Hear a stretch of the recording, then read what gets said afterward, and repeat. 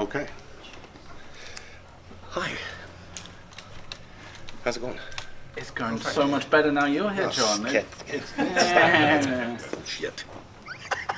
I mean, John, you're responsible for so many of the voices of so many of the characters that people at events like this love. Can I start by talking about Bender? Sure. What makes him so fantastic? I think the core thing about Bender that appeals to people the most is the fact that he can say absolutely anything that he wants to. It's he can whatever, walking up the side of a building, like, looking into a window and saying, "All right, get a room, you two," and the person in the room is like, "We're in a room. Well, then lose some weight." It's just like one of those things where it's just he can just get away. He gets away with just so short of murder, which I think he probably has gotten away with, but we just haven't found out about it yet. But he's just able to say what's on his mind, and I think that kind of appeals to him, and he's not president. I mean, it's such a. Anybody get that? Anybody get that? Yeah. That guy? All right, good, excellent. We'll keep going. And I mean, it's such a immediately recognizable voice. Can you talk a bit about where Bender comes from? What you're channeling? The thing about the voice is it's a combination of three things. It's every drunk at the end of a bar that's just had one too many. It's kind of just you better just. I don't want to hear about your problems. It's that. It's Slim Pickens from Blazing Saddles. I don't know if you guys remember. What in the hell in the wide world of sports is it going on? You like some more beans, Mr. Taggart? Whoo, I'd say you boys have had enough. That guy. And then when I was in university, I was in a pretty prestigious acting school at Rutgers University in New Jersey, and there was a guy, student friend of mine, he runs a children's theater school in New Jersey, and it's great, and he's producing actors from it. My buddy named Ralph Colombino, he used to do a guy called he had a character named Charlie the Sausage Guy, and all Charlie talked about was sausages. And so, sausages, fun to have fun hall. You can have all kinds of sausages. You have dry sausages. You can cut up like a charcuterie. And then you can have dry sausages, sweet sausages, Italian sweet sausages, Italian hot sausages. There's all kinds of sausages. Worse, you can have all good. And he would list off he would just keep going about sausages, and it killed me. And I would spur him on to just be like, "Oh, what do you think about sausages?" And he would just start going on about sausages. So the three things, those three voices, if you put them in a blender and mix them together, you get Bender. There it is. So that's pretty much it. So that's really where the voice comes from. How was it for you transitioning from, let's say, a show like Futurama, where it's more as well for children, but as well for adults, to mostly for adults, yeah, to Adventure Time.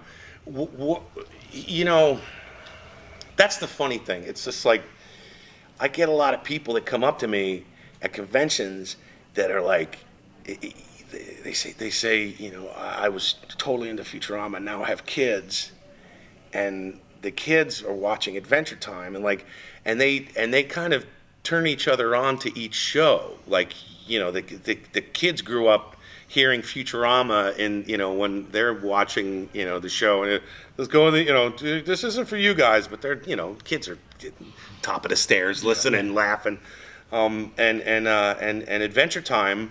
The kids are watching it, and then the parents are in the kitchen or in the other room going, "Why does that sound so? That's really wow, that's really neat." It's funny, you do kid stuff, and then you do adult stuff, and that's really just that's one of the joys about this job, is that you can do so many different things. There's different kinds of characters that you can play,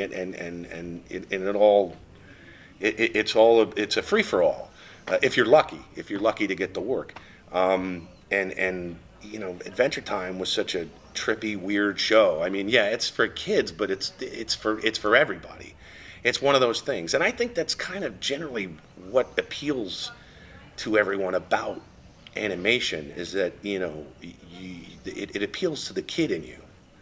So anybody from 1 to 92 can get their kicks watching an animated show or a film or what have you. I think it's just kind of universal that people are drawn to it.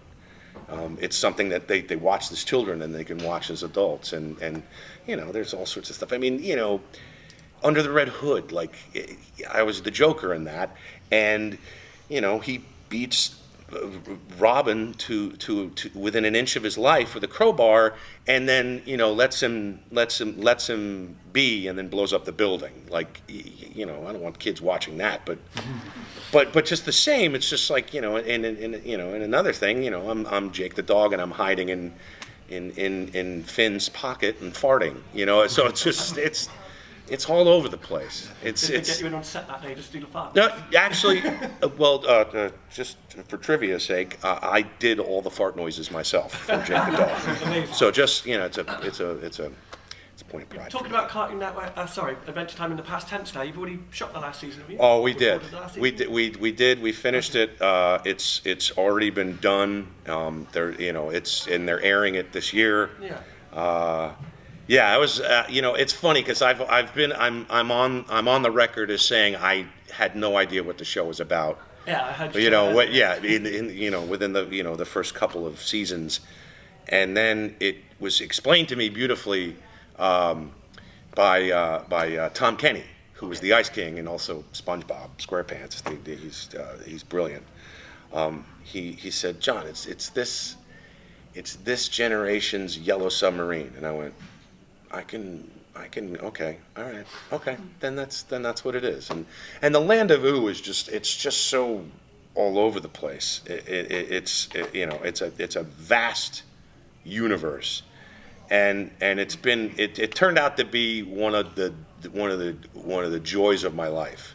Last episode we recorded, I can't say what happens, but I could barely get through it emotionally, and I've never really had that happen to me before, except singing Christmas songs for Penguins of Madagascar. It's embarrassing. Christmas songs, just, oh God, this is really rough. I don't know what it is. Have you started work on Disenchantment yet? Oh, Disenchantment, for those of you who don't know, coming out August 17th, Netflix. It's going to be awesome.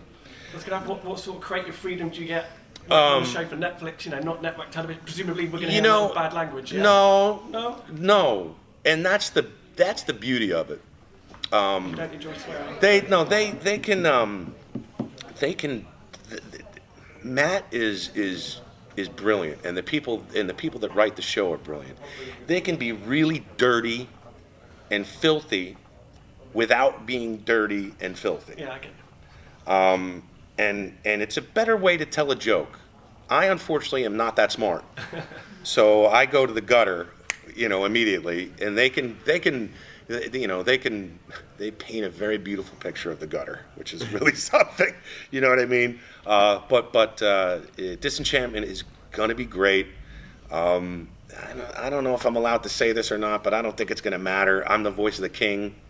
I play the king, and you'll see it. It's really, really, really funny. It's a great cast, and it's all Simpsons and Futurama alumni. It's just stacked with great people in it, and I just can't wait.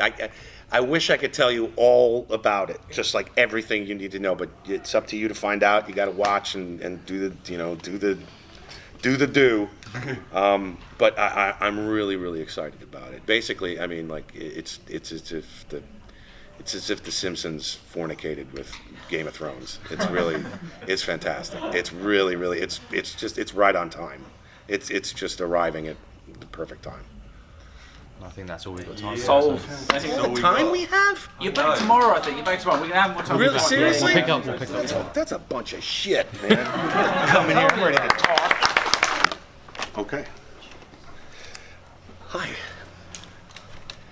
How's it going? It's going so much better now you're here, John. Shit. It's Shit. I mean, John, you were responsible